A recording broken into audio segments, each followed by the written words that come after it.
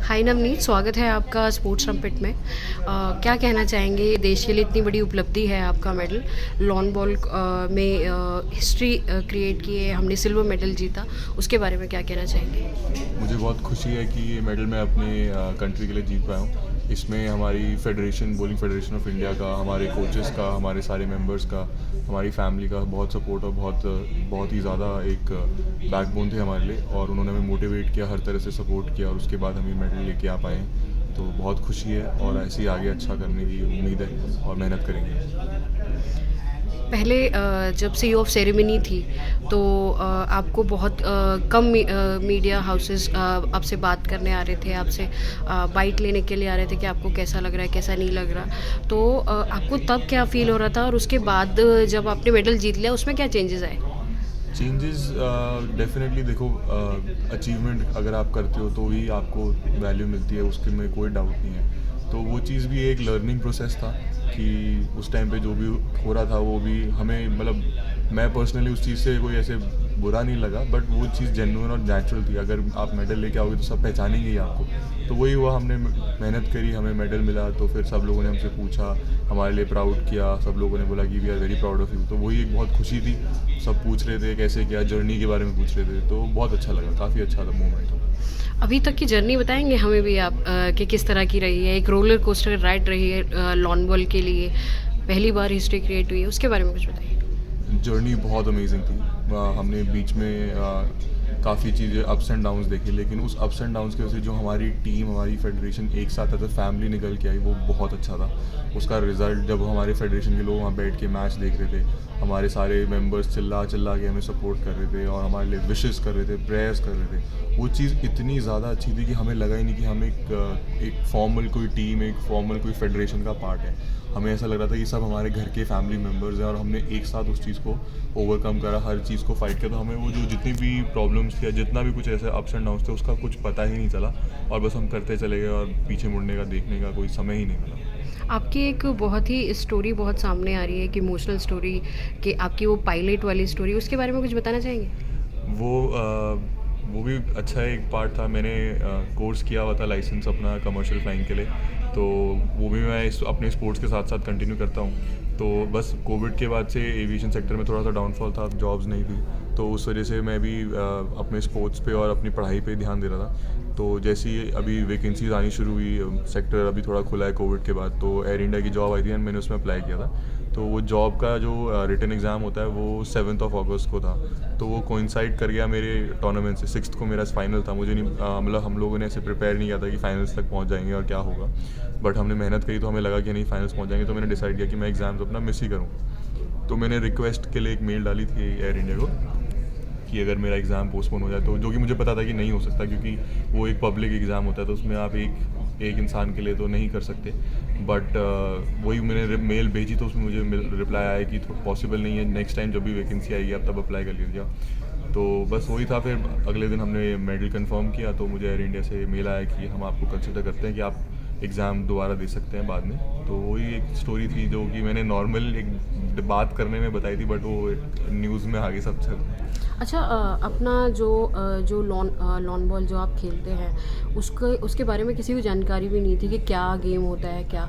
अब इस तरह का यूथ है कि वो जानना चाह रहा है कि लॉन बॉल होता क्या है, खेला कैसे जाता है, उसके बारे में क्या कहेंगे? लॉन बॉल एक ब्रिटिश स्पोर्ट है, और ये एक जेंटलमैन स्पोर्ट है। जैसे आपके गोल्फ और क्रिकेट एक जेंटलमैन स्पोर्ट कंसिडर होते हैं, वैसे ही लॉन बॉल भी एक जेंटलमैन स्पोर्ट है। इसमें गेम को खेलने का तरीका बहुत ही सिंपल है देखने के लिए, बट उसको एक्चुअल में इम्प्लीमेंट करने में बहुत प्रिसीजन, मेहनत और पेशेंस लगता है। एक बॉल होती है जिसको हम जैक बोलते हैं, जो हमारा टारगेट होता है, उसके क्लोजेस्ट हमें बाकी बॉल्स को रोल करना होता है। और ये जितनी भी बॉल्स होती हैं, ये बायस्ड बॉल होती हैं। इसमें एक पर्टिकुलर लाइन लेंथ पे हम बॉल फेंकते हैं, तब वो एक पर्टिकुलर लाइन लेंथ से बेंड करके टारगेट की तरफ जाती है। तो उसमें हमें परफेक्ट पावर से फेंकना है, और हमें परफेक्ट लाइन से फेंकना है, तभी वो हमारे एग्जैक्ट लोकेशन पे जाती है। और फिर ये जो जैक होता है वो बहुत ही, मतलब एक डायनामिक जैक होता है, ये कभी भी मूव कर सकता है, तो इसलिए उसके अकॉर्डिंग भी सिचुएशंस बनती है। तो गेम बहुत ही इंटरेस्टिंग है। अगर आप एक मैच देखेंगे तो आपको समझ में आएगा। डेफिनेटली देखने में स्लो लगता है, बट बहुत अच्छा गेम है। इंडियन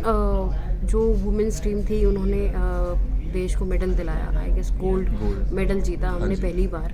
और कितना डिफ़िकल्ट रहा वुमेन्स टीम के लिए? ये जर्नी सभी के लिए बहुत डिफिकल्ट हुई थी हमारे लिए, वुमेंस टीम के लिए भी और मेंस टीम के लिए भी, क्योंकि हमें पहले लीग मैचेस खेलने पड़ते हैं, हमें पूल में ऊपर आना पड़ता है, उसके बाद हम क्वार्टर फाइनल क्वालिफाई करते हैं, क्वार्टर फाइनल के बाद फिर सेमीफाइनल, सेमीफाइनल के बाद फिर फाइनल। तो जर्नी सभी के लिए बहुत डिफिकल्ट थी, क्योंकि सारी की जितनी भी कंट्रीज़ हम फेस कर रहे थे मैचेस में, हर कंट्री एक ना एक कॉमनवेल्थ चैम्पियन, कोई वर्ल्ड चैम्पियन और अलग अलग टूर्नामेंट्स में अच्छी पोजीशन वाले प्लेयर थे, जिनका एक्सपीरियंस भी और जिनकी अचीवमेंट भी हमारी हर टीम के प्लेयर से काफ़ी ज़्यादा थी। तो उनको देख के ही डर लगता है। खेलने में आप वो करते हो वो अलग होता है, लेकिन आपको एक स्ट्रॉन्ग कंटेंडेंट टीम को देखते हो तो आपको एक कॉन्फिडेंस आपका लो हो जाता है। बट हमारी टीम ने इस बार बहुत ज़्यादा होप्स थी कि हम कुछ करेंगे। हमारी फेडरेशन ने इतना ज़्यादा मोटिवेट किया हुआ था हम लोगों को कि हम लोगों ने किसी टीम को नहीं कंसिडर किया कि वो बहुत स्ट्रॉन्ग टीम है। हमने कहा हमसे अच्छा कोई नहीं है और हम खेलते चले गए। वही गर्ल्स ने फॉलो किया, वही हमने फॉलो किया। गर्ल्स ने जैसे मेडल जीता, हमें उम्मीद हुई, हमारे अंदर भी एनर्जी आई कि नहीं, गर्ल्स ने किया तो हम भी करेंगे। बस फाइनल में हम चूक गए, नहीं तो हम भी गोल्ड मेडल लेके आते। तो काफ़ी अच्छी जर्नी थी।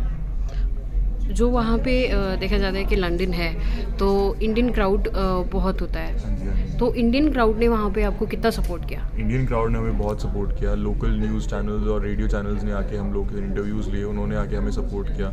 हमें काफ़ी अच्छा एक इंडियन क्राउड था, उसने सपोर्ट किया। लोगों ने आके हमसे रिक्वेस्ट करी कि आप हमें टिकट्स दिला दीजिए, हम आपका मैच देखने आएंगे। वो सब भी जो भी था, हमने लोगों को भी बोला, सब ने आके देखा और बहुत क्राउड ने यहाँ पे हेल्प किया। इंडियन एम्बेसी जो थी, कॉन्सुलेट्स था वहाँ पे बर्मिंघम में, इवन उनके मार्क्स वो एसोसिएटेड थे यूनिवर्सिटी ऑफ बर्मिंघम से, तो उनके स्टूडेंट्स हम लोग को सपोर्ट करने आते थे, जो कि बहुत ही अच्छा था। अपने कोच के बारे में कहना चाहेंगे कुछ? डॉक्टर रंजू ने जो भी फेडरेशन है या आप लोगों के लिए किया, उनका कितना मतलब हाथ है इसमें? मेरे मेडल में अगर मैं बोलूँ, हमारे में तो 100% उन्हीं का हाथ है।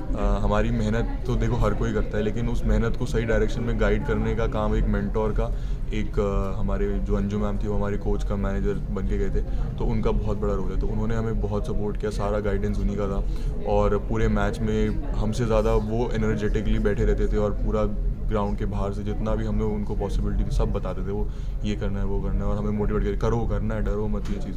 तो वो बहुत अच्छा था। गवर्नमेंट से अभी किसी तरह के इनाम की या कुछ की घोषणा हुई है अभी तो कुछ ऐसा नहीं है, कोई हमसे किसी ने कांटेक्ट किया, कोई बात इन्फॉर्मेशन नहीं है। वही जब हम यहाँ से सी ऑफ सेरेमनी में जो आई हुई ने अनाउंस किया था, उसी का एक पता है हमें, बाकी तो वैसे अभी तक तो कुछ नहीं है। अच्छा, हमें जानकारी नहीं है। अच्छा।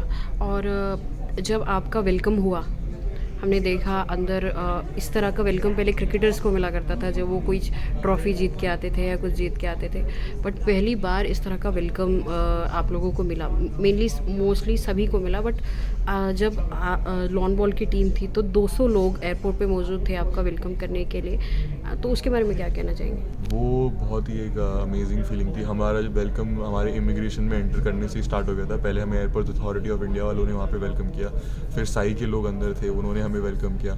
उसके बाद जैसे ही हम बाहर निकले तो हमारे घर से, फैमिली से, मैं एक इंस्टीट्यूट में कोचिंग पढ़ाता था, as a instructor, ground classes देता था पायलट के लिए, तो वहाँ से मेरे स्टूडेंट्स थे 30-40 वो लोग आए थे। और मेरा जो स्कूल था DPS RK पुरम, वहाँ के प्रिंसिपल ने, वहाँ के टीचर्स, स्पोर्ट्स टीचर्स और वहाँ के रिप्रेजेंटेटिव और कुछ बच्चे वहाँ के आए थे। तो इतने सारे लोग आए थे कि हमें पता ही नहीं चला कि वो मोमेंट इतना ज़्यादा चेरिशेबल था कि बस उसी में हम गुम हो गए बेसिकली। काफ़ी अच्छा लगा, बहुत ओवरवेलमिंग था। स्पोर्ट्स ट्रम्पेट के बारे में कुछ कहना चाहिए? स्पोर्ट्स ट्रम्पेट आई थिंक आपसे ही हमारी बात हुई थी जब हम यहाँ पे पहली बार आए थे। आपने हमसे थोड़ा बहुत इंटरेक्शन हमारे बारे में पूछा, हमारे स्पोर्ट के बारे में पूछा था, तो वो चीज़ बहुत अच्छी लगी। उसके बाद से लेके टिल नाउ स्पोर्ट्स ट्रम्पेट ने एवरीडे अपडेट लिया, एवरीडे हमारा सब कुछ अपडेट किया और हमारे साथ तब से कनेक्टेड रहे, तो वो बहुत ही अच्छा था। और आप लोगों ने सपोर्ट किया तो हमें भी बहुत अच्छा लगा कि हमारे बारे में भी कोई बोल रहा है, लिख रहा है। तो विदाउट इवन जब हम लोगों ने मेडल क्वालिफाई किया तो उससे पहले से आप लोग हमारे साथ एसोसिएटेड थे, तो वो काफ़ी अच्छा लगा। स्पोर्ट्स ट्रम्पेट से जुड़ने के लिए बहुत बहुत थैंक यू।